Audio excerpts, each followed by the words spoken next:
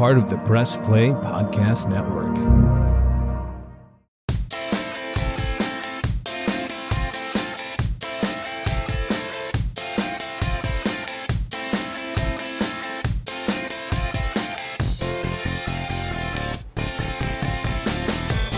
Hello, everybody, and welcome to Sabol Brothers on the Baseline Podcast. I'm your host, Scott Sabol. And I'm John Sabol. How you guys doing? This is going to be a fun one. This gentleman really requires no introduction because he has done it all. He's seen it all. He's traveled the world. He's been a coach. He's been a television analyst. And he's also had some other jobs, too. Who are we talking about? Former Cleveland Cavaliers coach Mike Fratello. And Scott, Mike Fratello not only coached the Cavs, the Atlanta Hawks, the Memphis Grizzlies, the Ukrainian national basketball team. You mentioned his color analyst and studio host jobs for many networks over the last 15 to 20 years. You know, he's a guy that the Cavs brought in after legendary head coach Lenny Wilkens, right? And took some of those old Cavaliers teams from those Coliseum era into the Gund Arena. Expectations really didn't get to where Mike wanted it to, only because of injuries. Coach Fratello talks about that. Also talks about his odd, I say odd because it's an uncharacteristic ranking in his climbing the ranks of coaching, because he had a really random degree. Oh, absolutely. Yeah, exactly. And we're going to talk more about that. We'll talk about the transition period, like you talked about, John, in the mid-90s, and how we remember the Cavs going from the Cavs of the 80s into the 90s. And we'll also talk, too, about the current Cavs and just talk about his view of the NBA in general. A lot of stuff to go over, and we'll hear more from Coach Mike Fratello when we come back from the break.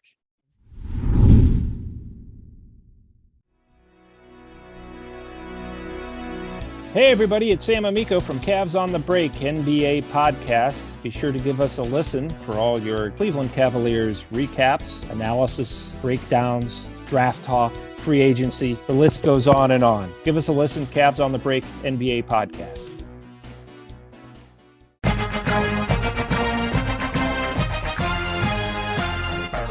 Hey, it's Tito, host of the Premier Fantasy Podcast. Get all the news and analysis you need to dominate your fantasy league. I've been doing this as long as anybody in the business. I can help give you the edge in your leagues. It's the Premier Fantasy Podcast, part of the Press Play Podcast Network.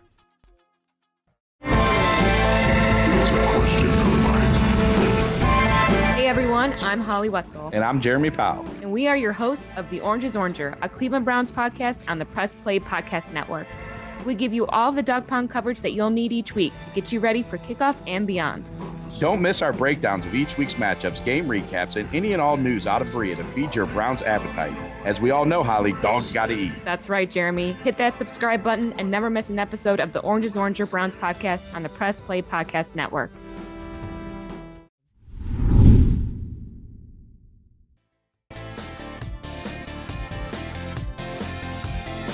This gentleman, really, if you're a old school Cavs fan, requires no introduction. If you're new to the Cavs, ask anybody who's been a Cavs fan for a long time. They remember former Cavs coach, former longtime NBA coach, longtime television analyst, Mike Fratello is joining us today. Coach Mike, how are you doing?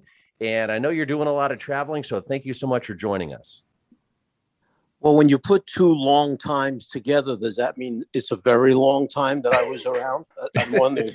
Two long times together equals very, very long time. The older I get, it seems like everything is getting longer and longer, and I'm losing concept of time.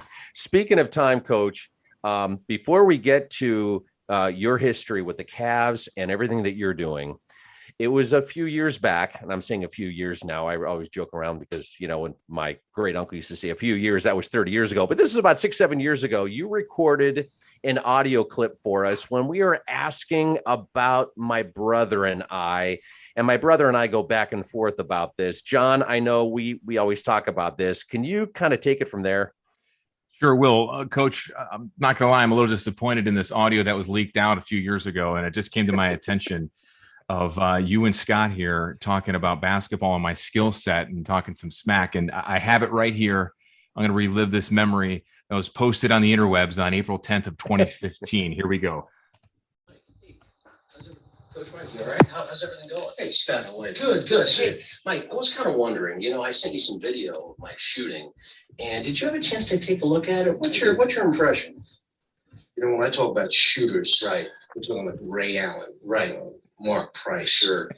Nash, who recently retired, Absolutely. like you are. Mm-hmm. And I kind of put you in the same category. I speak of all three of them, and then your name comes right after. That's an honor. It's great Wow. form, it's a great release, great follow through, your concentration. Sure. You have a chance to make it. Now, Wow, that's as good. you know, analytics is so big now in the Absolutely. NBA. Sure. And I happened to do a little research, and you have a brother, John. John, yeah, absolutely. He's on Twitter. He's on social media. Based on numbers, Yeah. he has absolutely no chance. Really? None. Wow. Yeah, I thought he was the one who said his shot was smooth, and he's got some work to do. Is that pretty much right? Well, he speaks well, talks well of himself. However, the numbers don't bear out any results. Wow.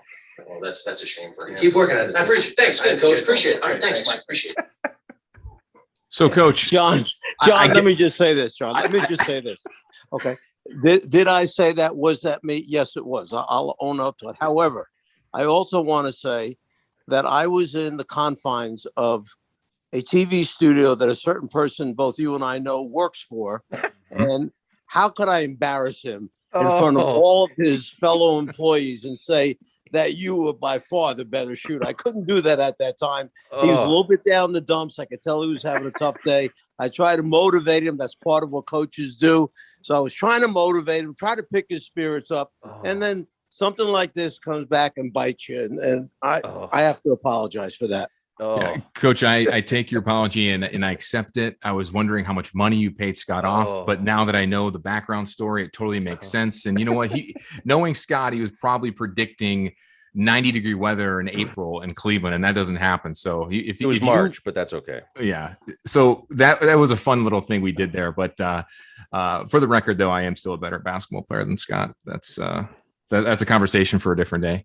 But correct. You are correct with that. Oh, that's funny. I love that. Every time I hear that, it cracks me up. Yeah, so it's good. It's good stuff. Yeah, we want to thank you for that. That was great. So, Coach, take us back to your early years growing up. Where did you grow up, and what sports did you play?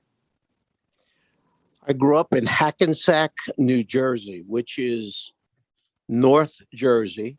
It is right next to the George Washington Bridge into New York City, into Manhattan, not far from Yankee Stadium when you cross over the bridge. And I've said many, many times, if I had it to do over again, if I could plan again, I'd do the same exact thing that I was exposed to for all those years. It was just a great, great place. Our school systems were outstanding. The public school systems, there were Catholic schools that, private places, but you grow up in the city and you go to the public school. We had unbelievable teachers. The coaches were fantastic. And it was some place that I always felt gave you a little bit of everything. It gave you a really good education. At the same time, it gave you street smarts and savvy and a feel for what's going on around you that sometimes youngsters miss. It swirls around them, but they never quite get it. And it was a blend of all that, the exposure to, if you said what was Hackensack composed of as far as, personalities, nationalities, the racial mix, it was a little bit of everything. And you had the pockets of the different cultures, the different nationalities at first ward, second ward, third ward. So you were exposed to all of that growing up throughout, Little League baseball. And we were part of that first movement way back when of Little League football, when it first started way back when. And then, obviously we had such an advanced city with the athletic programs. Our gyms were open at night in the city 2 nights a week. Every elementary school gym was open to the children in the city. So you could go on Tuesdays and Thursday nights and get to the gym at 6, close down at 9, and you get 3 hours in the gym on Tuesday and Thursday nights. Maybe it didn't help your academic standing very well, but it helped you make a shot every once in a while. And, that was all part of growing up in Hackensack, where I wound up playing throughout high school football, basketball, and baseball. Came through all the programs on the way up. And then went on from there to Montclair State College, which was back then a smaller school, probably had 3,000 students when I went there, and now has grown into Montclair State University. And I was in the Panzer School of Physical Education and Health Education, a separate school within Montclair State that concentrated on putting teachers out there in health and physical education. That's where I graduated from. Wow. Did you have anyone pushing you one way or another? Family members, coaches? Was there anyone that kind of stands out in your mind? My coaches in high school were the biggest influences on me growing up. My mother and father were working people. My dad was a two-time Golden Gloves champion, then turned pro and had X number of professional fights, but worked from, leaving the house at 4:30 in the morning, getting back after dinner time. And sometimes he'd, if he wanted to break away and be home at 5, you better be at the table ready to go when he walked in, because he was running right back to work again. So, as a youngster, I had uncles that would probably see more games when I was young growing up, or take me to more games, Yankee games, Dodger games, whatever they might be, than my dad actually could because of working. My mom worked also. Yet when I got to high school, they were the two biggest supporters. They never missed a game. I'd see him 10 seconds after a kickoff or a tip-off or the first pitch. I'd see him along the fence in his white outfit from cooking in the kitchen that he owned a little tiny luncheonette restaurant, and then he'd be gone when the clock or buzzer or whatever went off. He'd be gone back in his car, back to work again. But they were there for everyone, so it was important to them, and that I knew that they were supporting me. But there was never like a push, or he never asked me to play anything. He just let me kind of go where I kind of wanted to go as far as my interests, and then tried to support it as best he could. When it got to choosing of colleges, that type of thing, neither one of them got past. They never graduated from high school, either one of them. Both sets of parents pulled them out of school at a certain age and told them they were coming to work, in the family businesses, whatever they were. One was a meat market, my grandfather's meat market on the one side, and on the other side, it was what a supermarket would be nowadays. It was kind of the first market in that North Jersey area for fresh produce and things like that. And he pulled my mom out of school. So both of them got as far as getting to high school, and that was it. And their education was over there. So me going to college, getting a degree, was a huge thing for them. When did you know you wanted to go into coaching? Gosh, I knew that way back. My coaches were such a big influence in my life, and were so important to me. I idolized them. I thought they were the greatest. If they said something, it was true. You didn't. Nobody could convince me that something was different, or maybe that they weren't exactly right. I just believed what they said. And that's. I was very happy in following the things that they had said would be best, and I knew back then I wanted to. And I never had, being honest, I was never a guy that said, someday I want to be an NBA coach. I wasn't like that. My own high school brought me back.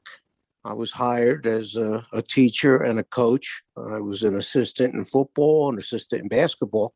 But the head high school coach in basketball was 46 years old. The head football coach my old football coach had retired then and gone on to become the athletic director. So the new football coach had just taken over. I knew he was going to be there for a while. And I did not land in the gym, which is the way I saw the whole thing happening. Become a gym teacher, and then be able to coach and be where I love being, in the gym all day. But it didn't work out that way. They had no job teaching physical education. So they asked me, for the first year of going back, would I go back and get my degree over the summer in driver education?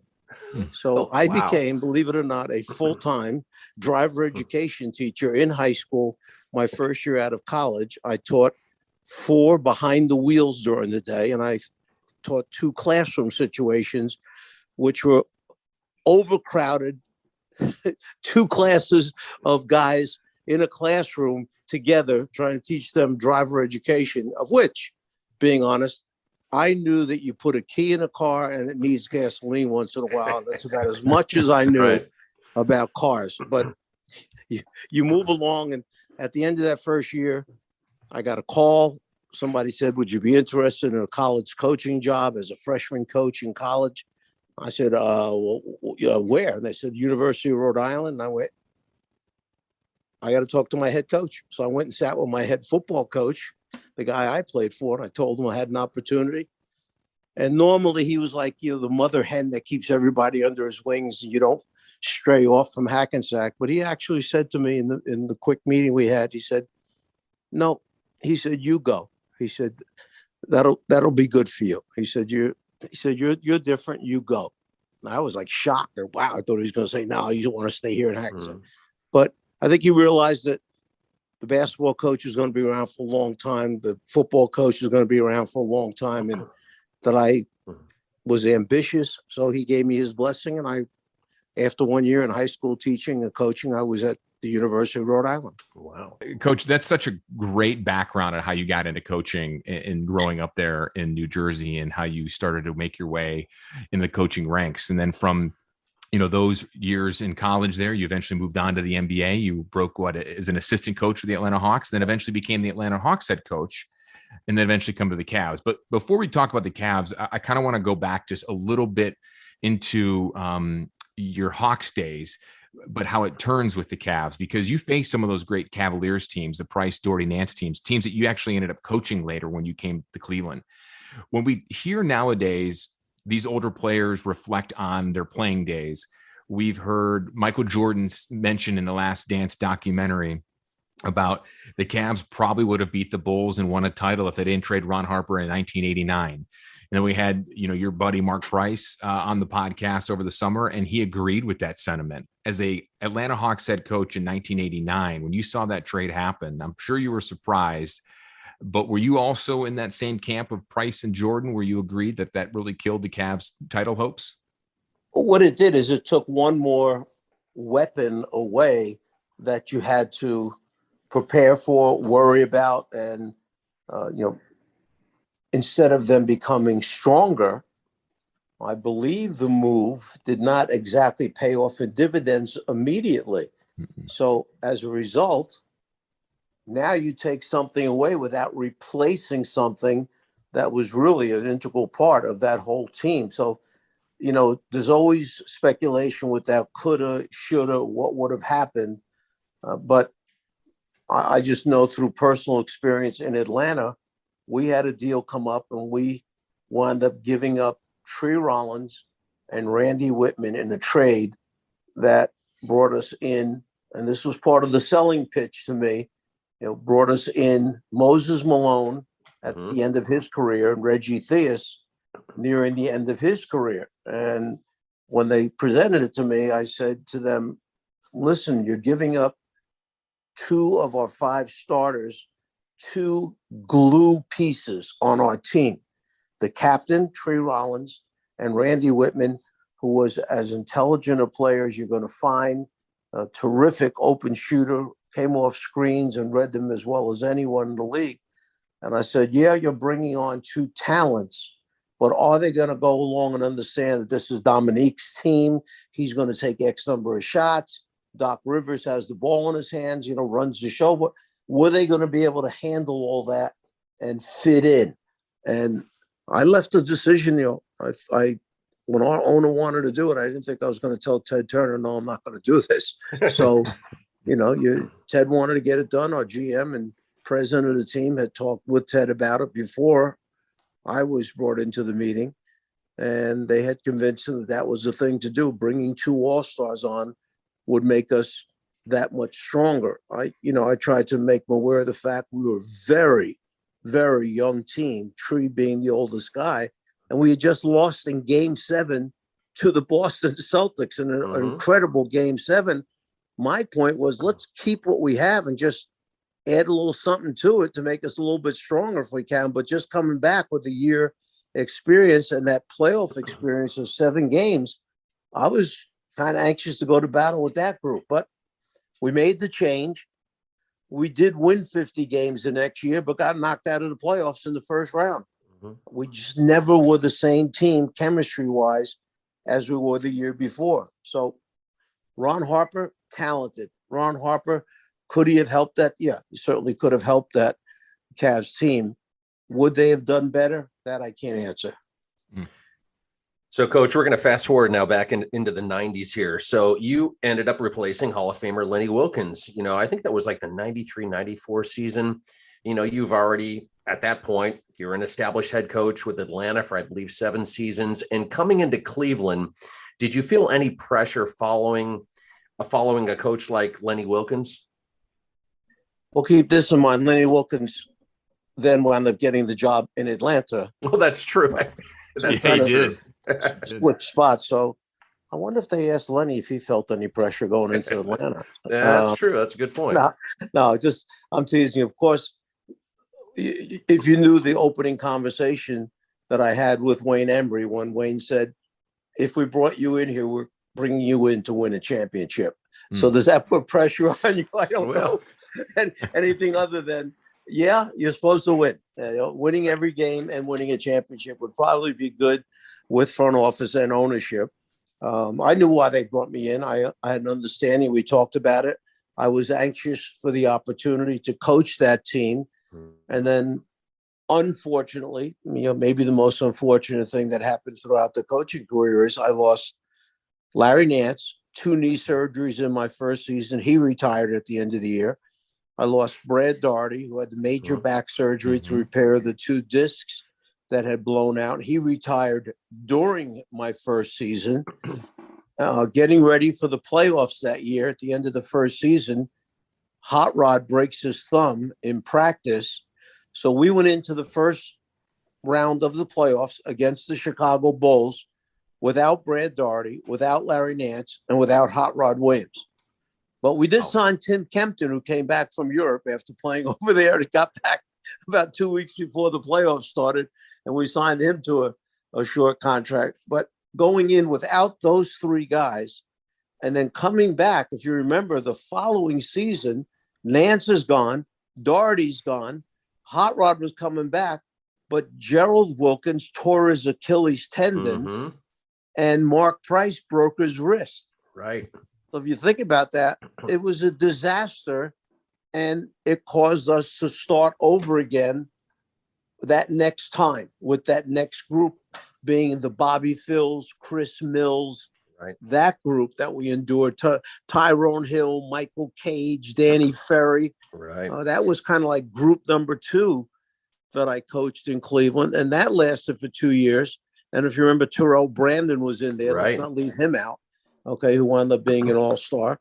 And then the third group that I coached in Cleveland was the Brevin Knight, Zydrunas Ilgauskas, Sean Kemp, Derek Anderson, Cedric Henderson, that group that we put together as kind of the third bunch that I coached here. So I went through 3 separate groups here in Cleveland, of which the best was supposed to be the first one. And I just never had a chance to coach that whole group, which is I felt terrible about, because I would have loved the opportunity to try and coach that team.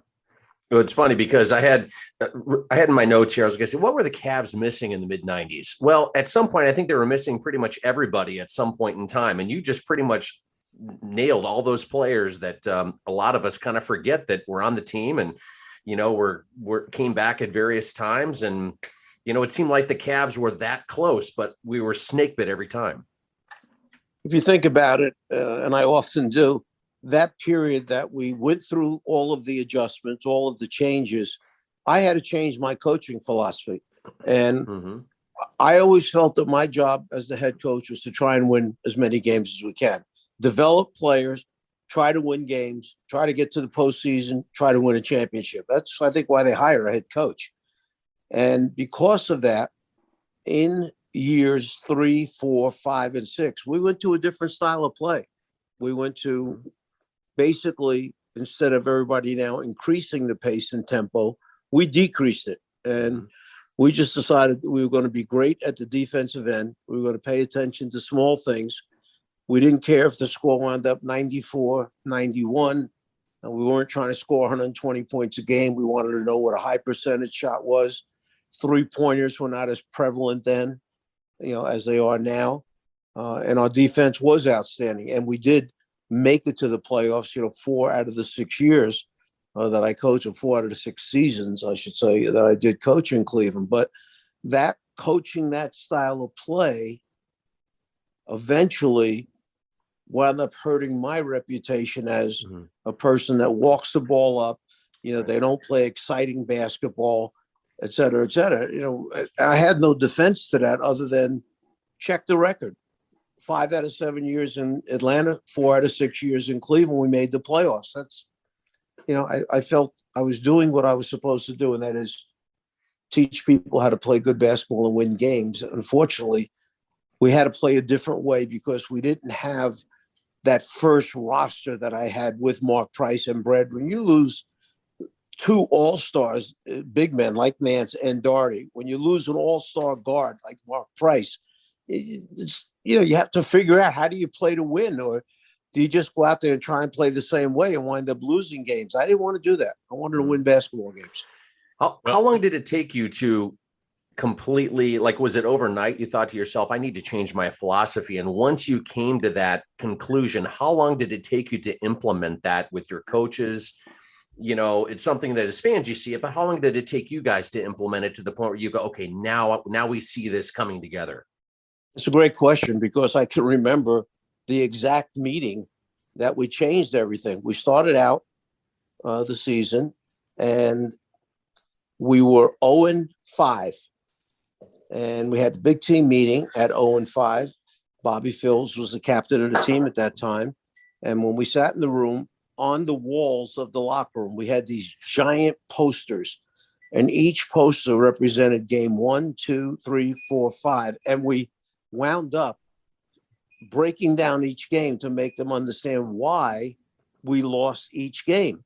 And it didn't matter who we played. The great Chicago Bulls team, it was like 76-75 with 5.5 minutes to go in the game. And we're trying to run like hell, going up and down the court, let's say. And I probably should say that was the third quarter, not the end of the game. But then all of a sudden, Chicago would go on a 20-2 run. And the same thing would happen game in and game out. We were trying to run, trying to fast break, trying to push the ball back, but we didn't have the depth to play that way. And we saw it in all 5 games. We'd point out, here's where the game broke open. Here's where we fell apart. And now you're 0-5 and you get in the locker room. Nobody wants to look at each other when you're 0-5. Everybody has an angry face on. Everybody in their mind is blaming somebody else for the reason why we're 0-5. So we sat in that meeting and we explained to the team, here's what we think. We think if we slow it down, if we use the shot clock by passing the ball, defense doesn't want to play defense for 5 passes, 6 passes. They want you to shoot after 2 passes so they can get out of their defensive stance. So let's make them stay in their stance for 22, 23 seconds of the 24-second shot. Let's get great high percentage shots. I said, if you pass the ball so many times that we get a 24-second violation, don't worry about it.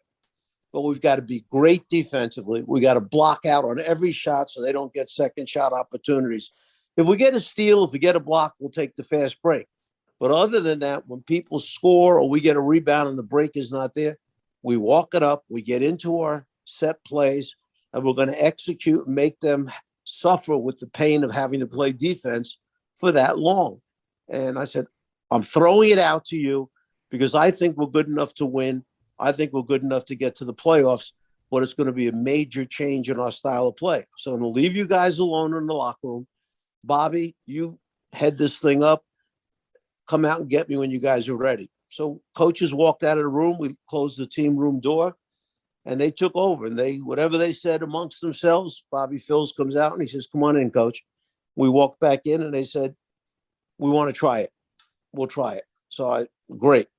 Well, the next game, we played a very, very good San Antonio team with David Robinson and, all you guys. Anyhow, we lose to San Antonio on right at the end of the game, if I remember it, it could have been on an out of bounds play that they scored and won the game.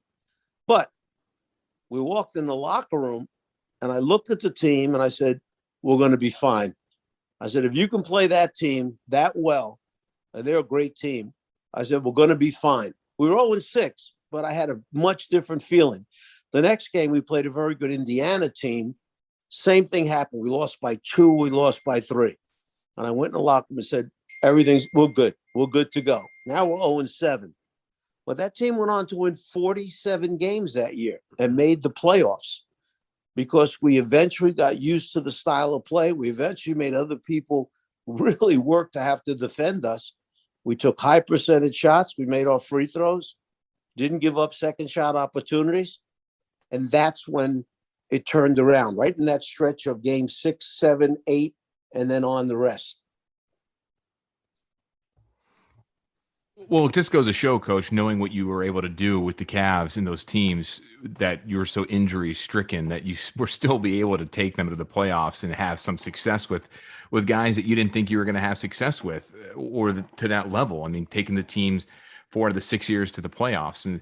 And you know, when you look back at your tenure, I mean, you got to think that's got to be impressive, but it's also got to be a little annoying looking back, knowing all those guys were still hurt at that point in time, and it just never were able to live up to having a healthy Doherty, Price, and Nance, and then, of course, Wilkins. It's funny. I forgot about Gerald Wilkins blowing out his Achilles. When you mentioned that a little bit ago, I was like, oh, my gosh, I forgot about that. I mean, it just kept racking up and racking up. I wanted to ask John, let me just throw this in. Remember, 4 out of 6 years to the playoffs. And another thing, if you remember back, one of those 2 years that we did not make it was when we came down in our own building at home, game number 82 of the regular season against Washington. And Washington had Strickland, Chris Webber, Howard, John Oldham. I don't know if you remember that. And we were playing each other for who gets the last playoff spot. I forgot in game about that. 82. Yeah. And we were up 7 at the half. I believe 7 at the half, 7 or 9 at halftime. And I remember saying to my assistant coaches, gosh, I sure hope their coach, who happened to be Bernie Bickerstaff, father of J.B. Bickerstaff, and I still tease him to this day.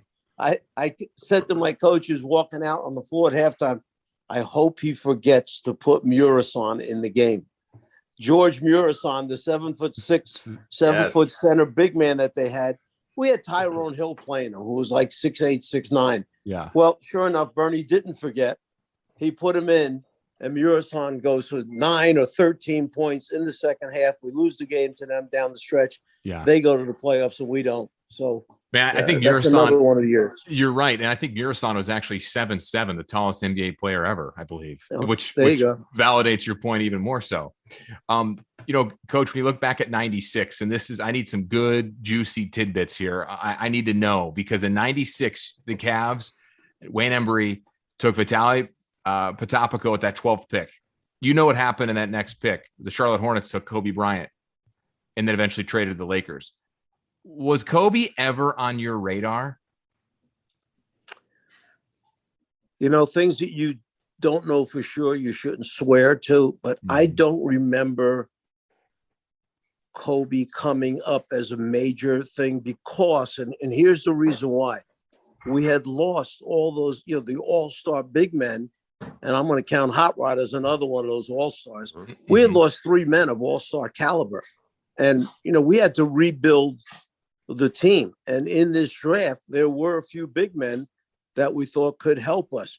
So I'm not so sure that we didn't draft for need of position rather than if somebody said, who's the best talent? Well, I don't know if we would have said Kobe's the best talent right now, because remember when Kobe went to the Lakers, he averaged 7.5 points a game during his first season. But then he did turn into a special person, special individual with the Lakers. But no, I think I would be making it up if I said, yeah, we couldn't choose between that wasn't the case. We knew we wanted big men, and we got 2 big men in that first round, Vitaly Potapenko and Zydrunas Ilgauskas. Yeah, Z was picked later in that first round. Now, we had, talking about another big man, good segue here. We had Sean Kemp on the podcast last week. He talked and reflected on his short 3 years with the Cavs. And he said one of the reasons why in those later years when he was with the Cavs, because you coached him for 2, I believe, he said one of the reasons why the team started to fall apart in his second season with the team was because the Cavs got rid of you. In fact, Kemp had a lot of praise for you. And I wanted to just take a moment here and play back what he had to say about you, Coach. This is what he had to say. But I really enjoyed playing in Cleveland. I was really disappointed in Cleveland when they got rid of Mike Fratello. Mike Fratello is a great coach, man. A lot of guys don't like him because he's kind of in-your-face guy. But, I mean, generally, if you're from the Midwest, that's what coaches are. They're generally in your face. So it wasn't a big deal to me, but I think a lot of guys had a problem with that. But I didn't have a problem with that. I think that our team in Cleveland suffered because they fired Mike Fratello. I honestly believe that. Mike, he also went on to say that he put you up there with George Karl as his 2 favorite coaches of all time. When you just hear that, you heard that there, what were your thoughts? Well, emotionally right now, it's very, very, it's wonderful to hear a person that played for you and spent the hours that he spent, the dedication, and then they come back and say something like that, because I truly loved Sean Kemp. I knew how great he was in the beginning of his career. Then I knew he had some struggles, and when we got him, he was the 282-pound Sean Kemp, not the, as they listed him. I can remember him saying during the first season, they had him listed on the program as 248 or 245 for his weight. He said, Coach, I haven't been that light since I was in high school. We started laughing together. But, he put some weight on, and he came in at least 2 times every day during the beginning of that first season with us and worked to get his weight down. And he probably dropped 16 pounds, 18 pounds in the beginning. And if you remember, wound up being an all-star when he joined us. He carried that team. He carried Zadrunas and Brevin and Derek Anderson, Cedric Henderson. I mean, he was the guy. I mean, we went to him. We fed him in the low post. We told him to go to work. And then he would go and put fouls on people. He'd get offensive rebounds. He'd kick it out to his teammates if they came and doubled him. He was just simply terrific in doing everything we asked of him to do. And they wound up having success and going to the playoffs. So I couldn't say more great things about Sean. That's the way I felt about him. And to hear that now, it makes me think that we had a special connection, and I'm very proud of that. So, Coach, we've been over your history as an assistant coach and as a head coach, and of course your broadcasting career as well. So you've seen a lot of games, you coached a lot of games. The game, though, has changed a lot. It's evolved. It's this hybrid game, 3-point shooting. As an old school guy, and I'm saying you as an old school guy, I'm an old school guy watching a lot of this over the years. Do you like or dislike the new NBA? And I'm saying the new NBA in the last 5 to 10 years. I love the NBA. I love NBA basketball. It's the style of play that you have to become comfortable with. It's the changing in the philosophy, which comes about because of how these young men are being brought up through AAU ranks, what they go through and what their mentality is. Some of the stuff when you first get these youngsters and you talk to them about it, it's almost like they're looking at you going like, what planet are you from? Like, where did you get that idea from that should happen or we should be doing this or that? That's not the way it is, unfortunately. It's this new younger generation of players has been brought up a different way, and they emphasize and work on doing things that are important to them in nowadays games rather than what was important years ago or when we were coaching. So the emphasis on defense, not quite the same now because pace and tempo become so important. Running the floor, shooting threes in transition, living with shots that back 10, 15 years ago, coaches would have said, that's not a good shot. We can get a high percentage shot. We can do better than that. Well, it's different now. The league is different, as you mentioned. It's changed. So, when people say to you, could you go back and coach guys nowadays? I don't know that. I think I could. I know I was asked to coach Team USA over the last 2 years in the international competition. And, I felt comfortable with those guys. We tried to keep it very simple and in the things that we put in. But you don't know until you're with them day in and day out because it's a different group of young men nowadays who have been brought through the system, and the system has changed itself. What was a good shot way back when, nowadays they don't even think about those shots anymore. You have to have a floater. You have to be able to shoot a three. Putting the ball on the floor and being able to dribble past your opponent is paramount in this dribble drive stuff that they do. And, that then changes into it. And think about where analytics comes into it now. We didn't have analytics way back when. You knew stats, you knew numbers, you did it as a head coach, your assistants did it. But now you're being given sheets and sheets of paper every day pointing out, who should do this and who should do that, and when it's a rest day, and when a guy shouldn't practice. Back then, I can remember in training camp, you had 28 days of training camp when I first became a head coach. We wrote every day we had practice on every day. And the first 8, 9, 10 days were double sessions. But I figured you could always call practice off if you wanted to. But why put in there an off day if you might want to practice that day? So when they would get their team books and they'd look at the calendar, I'd see them rolling their eyes like, oh, man, we're going to practice every day, no off days. But then, you eventually give them a day off here and a day off there when you felt they needed it.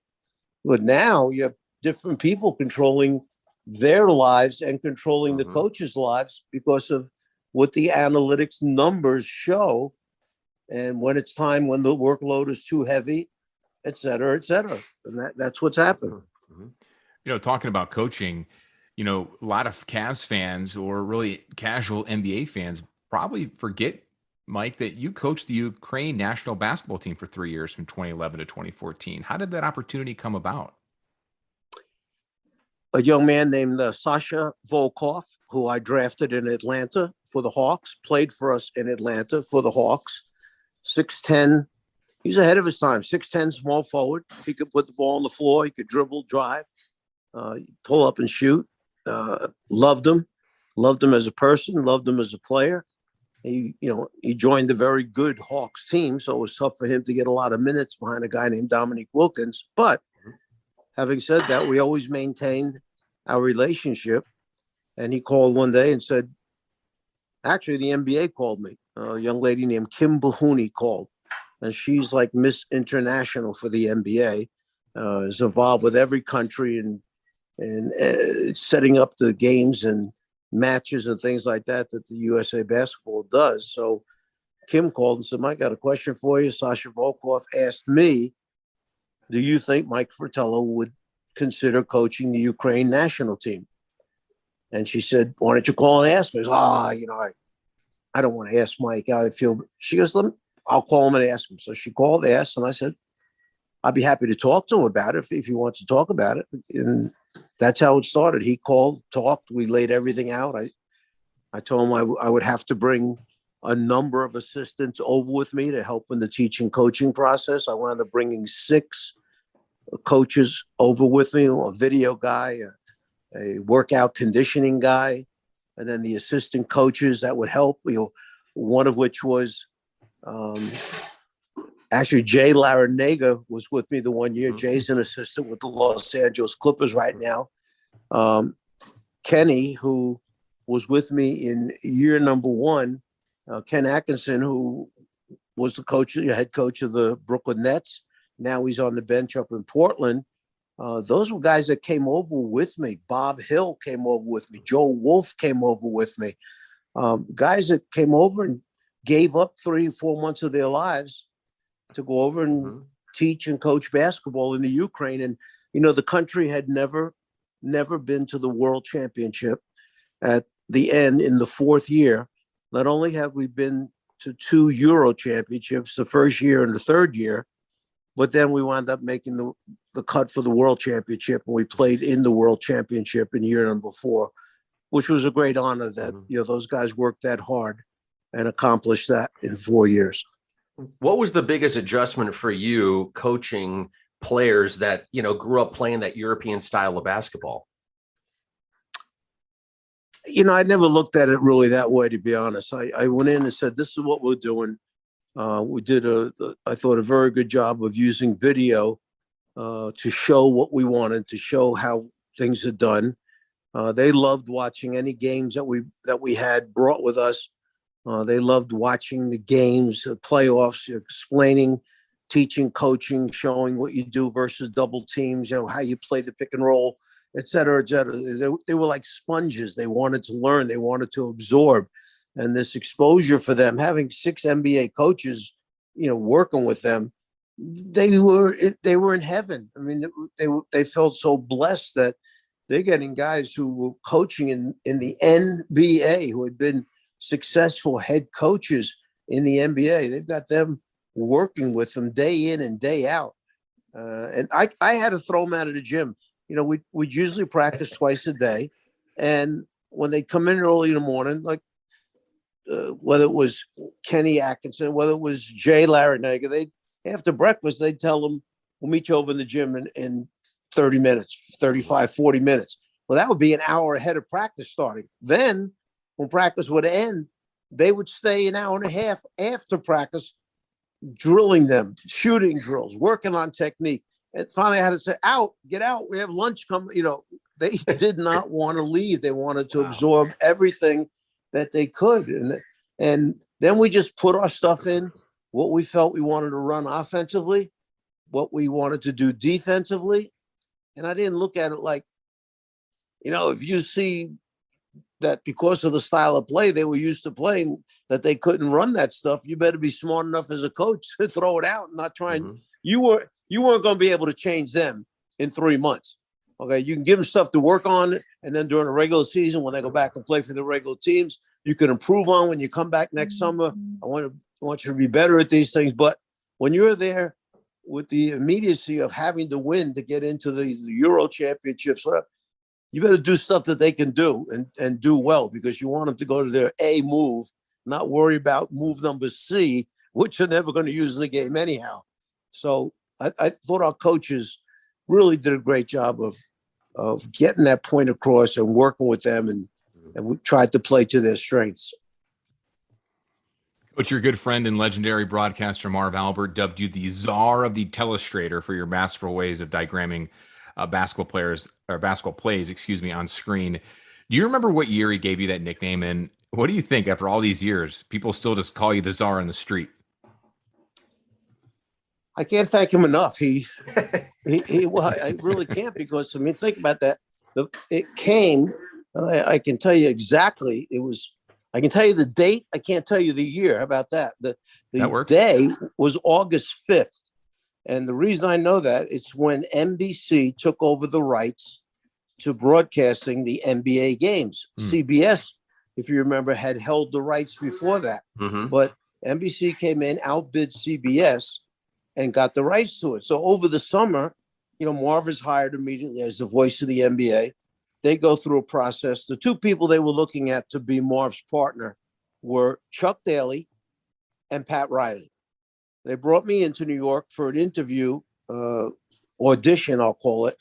And the guy who auditioned me was Bob Costas. So think about that, starting out your broadcast career, and you're sitting across from Bob Costas doing an audition.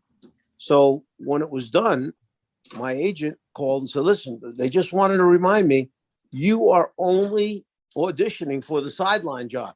Like, you know, maybe twice a game, you'll come on and say, hey, this is what's going on, whatever. Okay, fine. I was out of a job at the time. So, well, what happens is Chuck Daly sits down and says to them in negotiations, look, let's not drag this thing out. Let's just get to the final number so we can move on. So they gave him the final number. And Chuck went, are you serious? And I went, yeah, that's it. And he went, oh, I'm going back to coaching. So he went back and he took the Nets job. That's what happened. And then Pat had been, he and the Lakers kind of parted ways that year. And Pat sitting there, they said, well, Pat, you'll be alongside Marv Albert doing the game. He said, I don't want to do the games. He said, I want to be in the studio. And they were like, well, how could you be the studio host when you've never done a TV show in your life? And he said, well, get somebody next to me that is really good. And then he and I will do it together. So thusly, Bob Costas winds up on the air in the studio with Pat Riley. And if you remember, they'd have that little hoop up at the end of the game, and they would take shots with the small ball at the end of the game going off the Sunday broadcast. That's right. So I get a call from my agent, and he goes, you're not going to believe this. I go, what? He goes, guess who the leading candidate is to be the color analyst with Marv Albert? I go, who?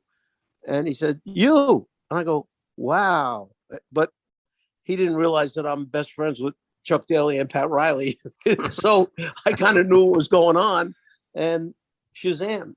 So NBC brings us into New York a couple times with helping them out as much as we could with input from our standpoint. And they finally said, we better do a game before we get to the season. So they said, Magic Johnson has written in his contract that he gets 1 day a year to use the Forum. And he uses it for Magic Johnson's Summer Midnight Madness. And the money he makes on that, he donates to the charities that he wants. So they said, what do you think about doing that game? And Marv says, I'm just going along for the ride. Whatever they say, I'm going to do. Right. So Marv says, okay. And Marv calls me and he goes, I hope you're ready for this. He said, because remember, the score is probably going to wind up 200 to 199 at the end of the game. Well, we come on air that night and they've got Marv in a single shot on camera. He says, welcome everyone to NBC Sports and NBC taking over the NBA. And I was so excited to be here. And I'd like you to meet. And with that, they, widen the shot out. And here I am standing there. And he goes, I'd like to introduce you to my partner, the Czar of the Telestrator, Mike Fratello. I had no idea where it came from. Nobody did. But he had sat in his room thinking of things that he could call me to introduce me by. And that's the greatness of him. He comes up with a name, calls me the Czar. And I don't know if I was ever Mike Fratello again in a broadcast with him. It was always like, Czar, how are you? And he'd welcome me on. And that's what it was for so many years. And as you mentioned, still being used today on the broadcast. Yeah, not many nicknames can stick. And that one has stuck really, really well. Everyone knows you as the Czar. And yeah, that's great. It's crazy too. Marv Albert just retired last year. I know TNT brought you back last year to do some games with him in his final year. And man, when I think back in my early days watching the NBA, not just the Cavs, it was always, NBA and NBC, with Marv. And of course, you were part of a lot of those broadcasts and then you go more local with the Cavs and things like that. And what a legend, not just in the NBA, but just in American sports broadcasting lore in Marv Albert.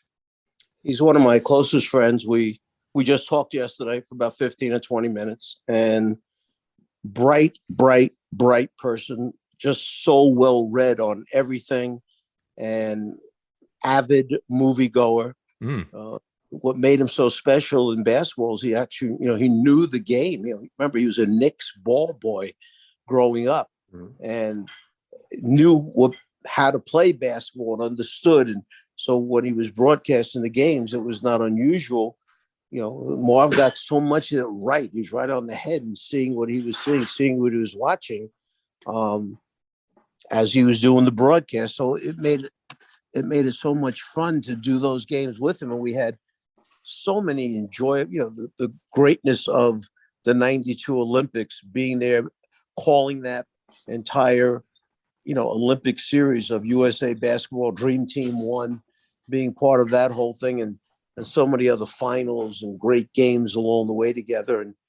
And then like a little side thing, like today, I got an envelope in the mail and I opened the envelope up and Marv invited me to be part of a movie that we made, and it was called Just Right. And maybe you've seen it on the air, but Just Right wound up being out in the movie theaters, then taken over by, the Netflix or wherever else got a hold of it. So every once in a while we get our check for the residuals. So I think my last check was for $96. So I better call him back and thank him, or he'll never leave me alone, saying that I didn't appreciate it. And, Right. That's how I am. I never think about him, but I'll call him tomorrow and tell him thanks that I got another residual check of $96.